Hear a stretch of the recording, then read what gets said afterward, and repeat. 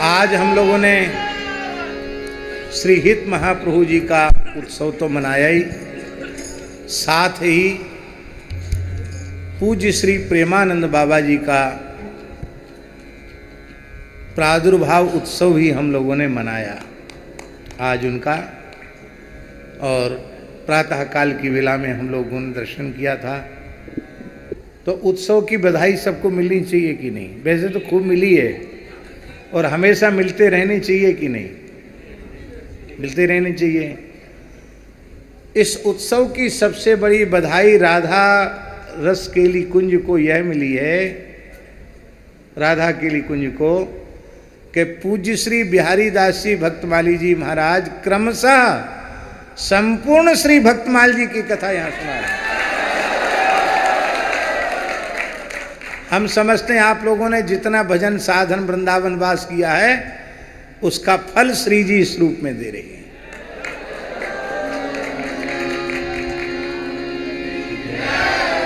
ये बहुत बड़े सौभाग्य का उदय हुआ है कि पूज्य श्री बिहारी दास जी भक्तमाली जी नित्य क्रमशः भक्तमाल सुनाएंगे।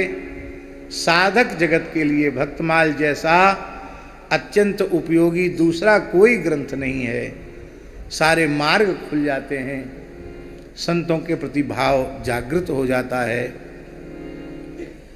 देखिए, मूल में महाप्रभु जी की कृपा करना, राधा वल्लभ लाल जी की, श्री जी की कृपा करुणा है मूल में। नहीं तो महाराज इतने तिलक नहीं दिखाई पड़ते थे। दिखाई पड़ते थे क्या? इतना रज, इतने तिलक और इतना सुंदर स्वरूप। हम सच्चे हृदय से कह रहे हैं। लोग कहते हैं युग बदल गया और संतों का अकाल पड़ा है, और राधा केली कुंज में आ जाओ, देख लो कोई अकाल वकाल नहीं है। साधकों की, संतों की फसल खूब फल फूल रही है। उसका कारण है कि पूज्य श्री बाबा महाराज के द्वारा प्रतिदिन जो आत्मा की सच्ची खुराक है सत्संग, को निकट रहने वालों को तो मिल ही रहा है, पूरा विश्व उससे लाभान्वित हो रहा है। अनेकों लोग अशुद्ध खान पान को त्याग करके भजन में लगे हैं, साधन में लगे हैं। अच्छे अच्छे पढ़े लिखे बालक, युवक युवतियाँ सब कुछ त्याग कर केवल वृंदावन वास के भाव से, भजन के भाव से आए हैं। बस प्रार्थना इतनी है कि जो संस्कार पूज्य संतों के द्वारा, गुरुजनों के द्वारा दिए जा रहे हैं, ये संस्कार आगे बढ़ें, ये घटे नहीं, ये मलिन न पड़ें, ये शिथिल न पड़ें। इसके लिए नित्य सत्संग जैसी निष्ठा से आप लोग कर रहे हैं, करते रहें। संसार की दृष्टि में नहीं, सर्वांतर्यामी भगवान की दृष्टि में अपने जीवन को बहुत पवित्र बनाकर रखना है।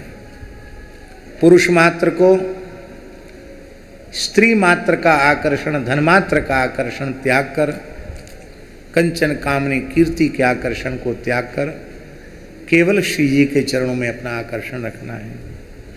पुरुष मात्र साधक को और नारी मात्र साधक को केवल श्री हित महाप्रभु जी, राधा वल्लभ लाल जी में अपना आकर्षण रखना है। बाकी सब संतों को गुरु के भाव से, पिता के भाव से देखना। पुरुष तो एकमात्र जगत में राधा वल्लभ लाल जी ही हैं, इसी भाव से। और बाकी तो महाराज जी मीराबाई ने संतों को माता पिता माना। मीराबाई संतों को अपना बाप मानती थी। ये भाव रखना। ये मार्ग भक्ति का, स्नेह का, प्रेम का मार्ग चिकना मार्ग है। फिसल के गिरने की संभावना भी खूब रहती है। इसलिए सावधानी हटी कि दुर्घटना घटी। खूब सावधान रहना है। बहुत प्रसन्नता है। जीवन को बहुत पवित्र, सबसे पहले पाप की वृत्ति मन में आती है, मन के बाद वाणी में आती है, वाणी के बाद क्रिया में आती है।